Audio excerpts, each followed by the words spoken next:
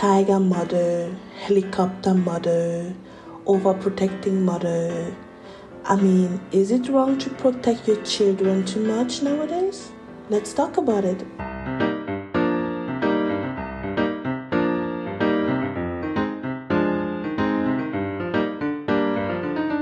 Hey, Natasha here. Thank you for tuning in a wonderful podcast, C'est la vie. I am your host and I'm gonna tell you my opinion about a topic like I do often. Thank you so much for tuning in. Thank you guys for sharing. I realize that we are about to hit the first 1,000 views on our own, so it's a very, very great milestone. And for me, that has stopped for a while, not to put my thoughts out there, to have the how can I explain it? To have the results that you guys are really sharing this, you guys are really interested in what I'm thinking and in what I speak out there, in my opinion and everything. So I'm grateful for every share. So therefore, we continue with the work. We will not stop there. We will continue. So don't forget to share, to like, to leave a review, and if possible, to subscribe to my bonus content on Apple or on Spotify. It's very interesting, and I will put more bonus content in it when I have finally the time to focus on it even more with my daughter, which is the topic of today. Yeah, I was sitting on the living room watching a movie and with my daughter, and in a certain period of time I observed that she was way too long on Snapchat. Of course, I have a control time on her phone, and after that everything blocked, and she got annoyed, and then she looked at me and like, "Mom, why do you put this timeline on my phone? I'm not a child anymore, I'm a teenager." And I was like, just to protect you, and certain things and certain regulation has to go. And then she said like, "Mom, I love you, but sometimes you react like a tiger mom."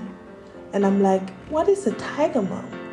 She's like, "Google it, I don't know, but my friends told me if a mom is way too controlling, she's a tiger mom." And I was like, first of all, your friend is living in a foster care because her parents are too drunkard to take care of her.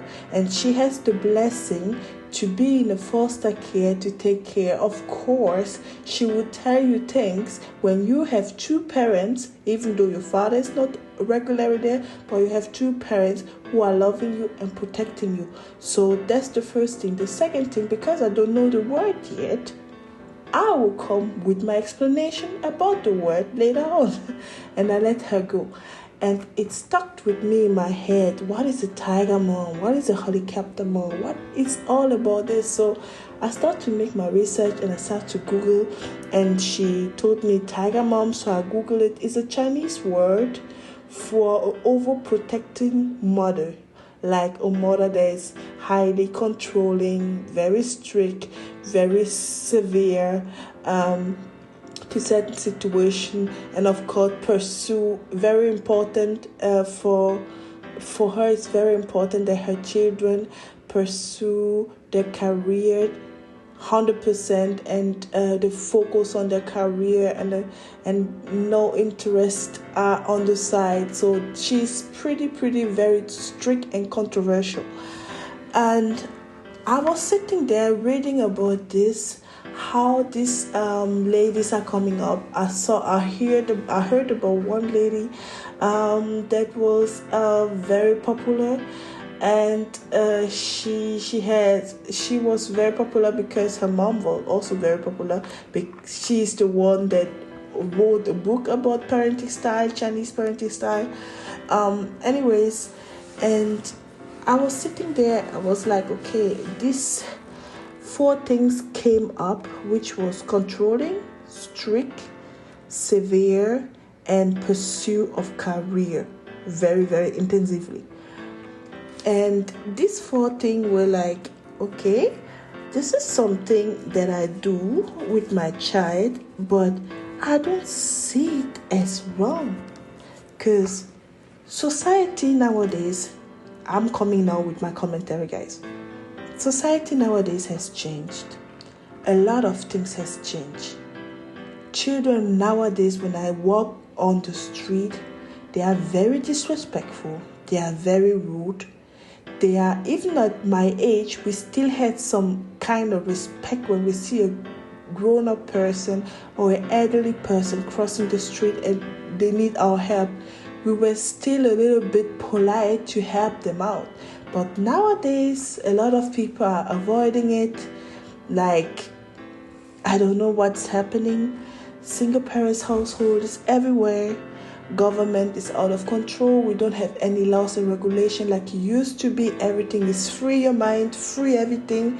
And when something mess up, that's when we correct the laws and the laws the way it's supposed to be. Women and men, they have a huge disconnect. Nothing is really stabilized. There's no strength attached lifestyle is growing up. Nothing is really like regulated, stabilized, like mentioned. And if I see it every single time I go out the street, when I go to work or when I meet with people and I just watch my surroundings, because I'm very vigilant about my surroundings, I am always thinking, I don't want my children to be used or drained in this society. Is it wrong for me to think that way? I mean, this society is out of order. It's like the hand is giving to the world is giving to the hands of the wicked kind of situation. And I admit, I am that overprotective tiger mom. Maybe not like an Asian person that I will very violently be with you, no, but I will be very controlling. If it's coming to things like controlling, first of all, I am controlling who she's friend with, which things she's watching on her phone, how long she's spending time on her phone, where she goes to school and when she's coming back. Because in the end of the day, she's my only girl, my only princess. For my boy, my husband is the one that's doing it. I am the one that focuses on the girl. My husband, hopefully, I'll keep on saying husband because it's not planned yet. By the way, it's not planned yet. But I want to manifest it because we are way too long together to not go that step too. So I have to be manifesting it, and I'm coming to that topic another time. But for now, I have to manifest it and tell you guys this. My husband, basically, he's the one that focuses on the boy. I'm the one that focused on the girl, and we are trying to work together for both of them. But if it's coming to the girl, she's a teenager right now. She's pretty and she's tall. For a 12-year-old, many people would not imagine that she's that small. So a lot of people think she's already 14, 15, sometimes 16, even because she's taller than me. And she got the height of her dad, so she's a kind of model height at her age already. And I have to be overprotective with this because we're living in the wicked world.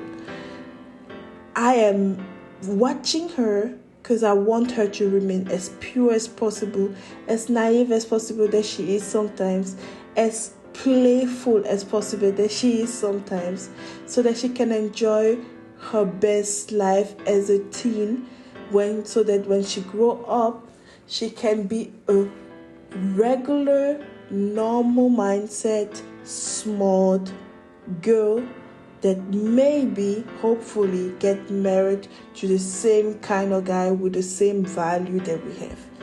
And it's not easy to do it when a girl is a teenager. She has way too much connections with bad people, and she has way too much connection with people that she don't like her. We had a situation like, for instance, the girl that I was saying earlier, it's a friend of her. She lives in foster care. So she has another intention. She started to smoke when she was very young. She started to sneak out of school when she was very young. So she wasn't really as constable because she's always a troublemaker in certain situations and attention seeker. Of course, it happens when you didn't have that kind of attention when you are with your parents, it happens that you are looking for attention when you grow up.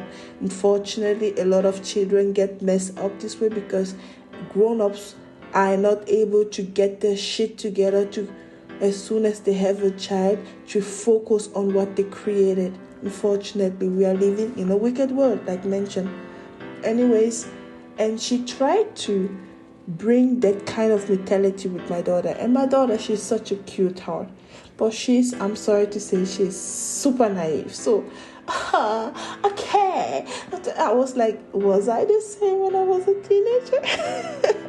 Honestly, because she doesn't really differentiate who's a good person, who's a bad person. She thinks everybody is good. And I'm like, oh, this innocency. I wish I could have it again.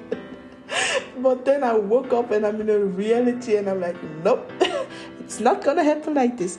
But these younger children, younger boys, younger girls, they have this innocent, pure heart that they believe the world is nice and lovey-dovey and wonderful.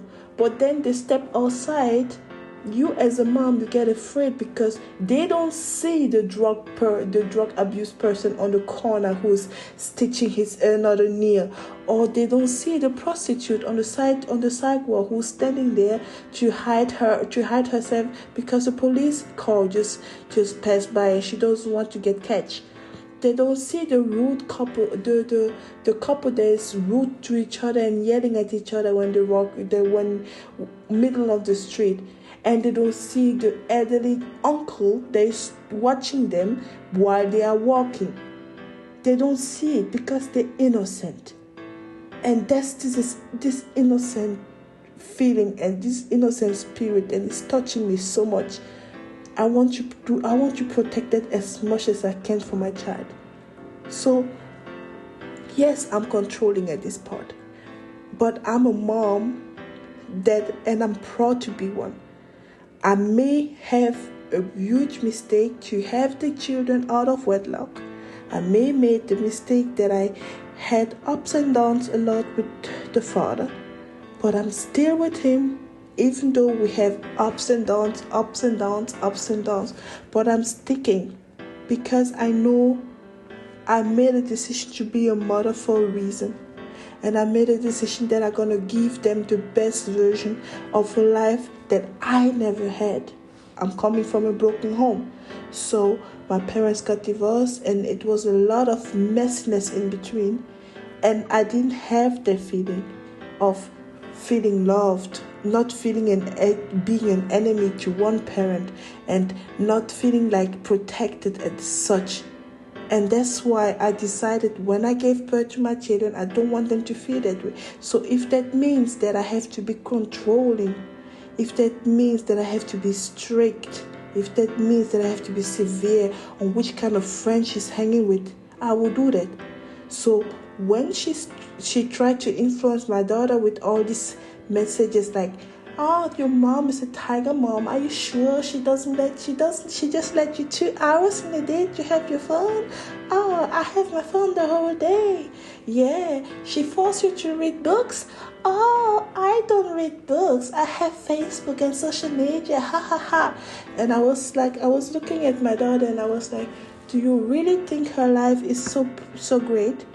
Do you really think her life is so great? And my daughter's like, no, that's not what she meant. She just said that she thinks that I can do better even if I have Facebook and Instagram and Snapchat on my phone. I still can do better at school. And then I will look at her in the face and I was like, I don't deny that, but think about one thing. How many times was your friend at school? And she's like, she's not often at school. And I'm like, how many times is she when she's at school? How are her grades? She's like, she's not really good at school. And I'm like, okay. So, and when she's at school, how does she behave? She's like, well, she's the loudest. And she's the one that always is with the guys. And she's the one that has the attention. And she's pretty cool. And I'm like, okay, she's pretty cool. So she's hanging out with the guys and she's chatting with them on Messenger.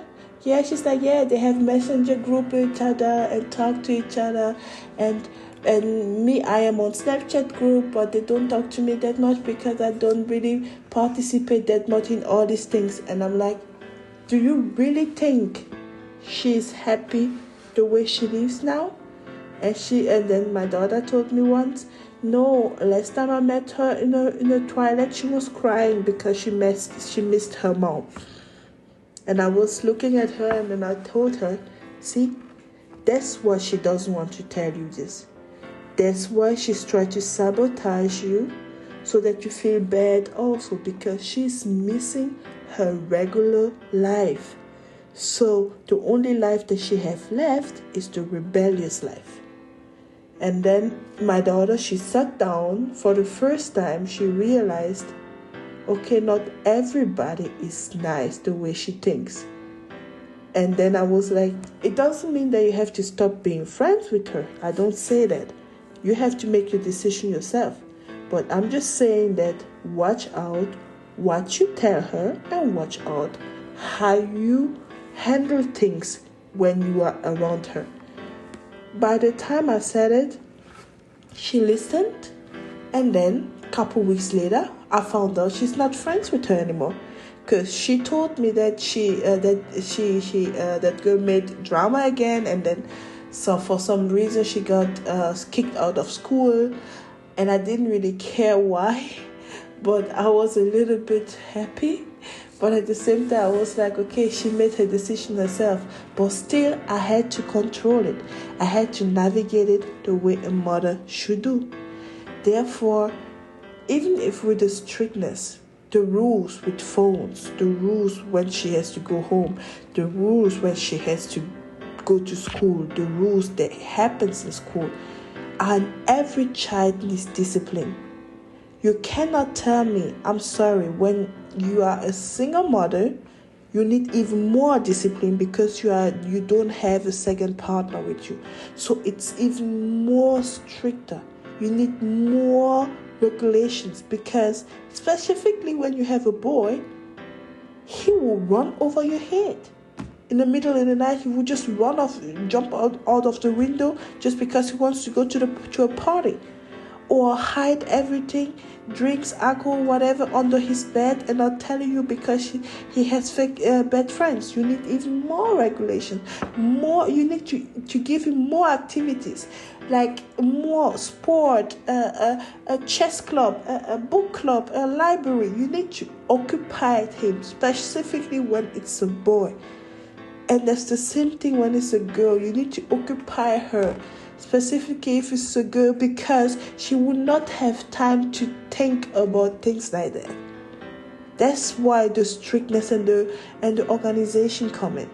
Of course, my daughter, she has her, as soon as she enters home, she has her room. She has 2 hours. She can do whatever she like in her room. She can draw, she can sing, she can read a book, she can sleep. She prefers sleeping actually more. But when she doesn't sleep, she's on her phone. This is the 2 hours for her. I don't want to do it. After that, we cook together, we talk about the day, we eat dinner together, and then we go to bed. Okay, not together, but I send her to bed. But after that, I have my 1 hour peace before I go to bed. So therefore, it has to have such kind of control, such kind of organization, this kind of structure in the child's life. If you don't make it this way, the child would suffer when they grow up. They will not be able to organize their lives the way it's supposed to be. They will not be able to realize that there is a time for everything. There's a time to love, there's a time to cry, there's a time to do homework, there's a time to be disciplined, there's a time for fun, and there's a time for decision making. And they learn it very young. When they learn it very young, the higher is the percentage that they will go through it on a good course when they grow up. And by the way, I learned it from my father. Even though my parents were divorced, I learned most of the things that I'm going now with life. I learned it from my father. This way I didn't completely fall apart. I had just used trust issues if it's coming to women. I still have a lot of trust issues if it's coming to women, because specifically women I don't trust that much. And then also I have a tendency to catch the bullshit and call it out very fast. I need to work on that on myself. I have to admit it, because I can't. If I smell that something is wrong, I will tell you this. I don't care how it comes out. The tone makes the music. People say all the time, the tone makes the music. You need to watch out how you say it and when you say it and all these things. But in my case, when I smell red, I will call it out as red right away. I don't give a damn how the tone sounds like. I don't give a damn if the person's feeling is Dutch. I don't give a damn if the circumstances are not perfect. But that's the thing that I have to work on and I have to do better. Because a lot of people are telling me this. That's the only thing that I really, really have to work on. So, and in that particular case, I know myself and I know that even if I am this way, even if I know that I control my children, I know that I'm strict, I know that I'm severe, and if it's coming to them to pursue their dream, I know that I'm a kind of mother that I'm behind them. I'm behind them no matter what they want to do. Even if they want to study art, I'm behind them. I'm somebody I want, like, you choose your goal, but you better finish it, because I'm going to kick your ass through that goal. Point blank, period. And my daughter chose her goal already. When she was pretty young, she told me what she wanted to do and how she wanted to do it. And she said it when she was 8 years old. Now she's 12. No, sorry, she's 13. She's not 12 anymore. She's 13. She became 30 a couple of weeks ago. And she told me exactly the same thing. And I was like, are you sure? Then we make a research. She wrote a plan. And that's exactly what she want to do.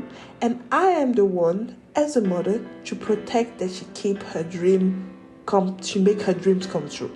Even if it means I have to work 3 jobs to pay their college tuition fees, I will do it. Even if it means her father has to work 2 jobs, 3 jobs, we both work 3-4 jobs just to make it happen, we will make it happen. Because our goal is that both of our children have a great future the way they want it to have.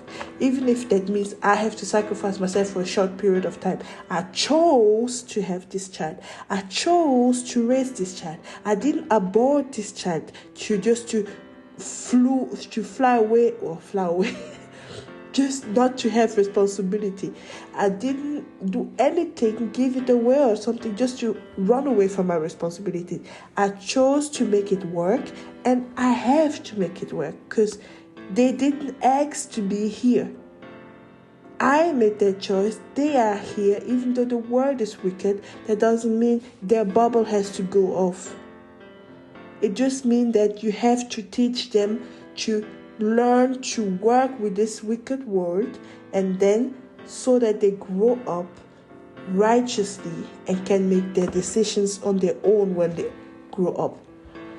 Well, I hope that she doesn't call me this anymore.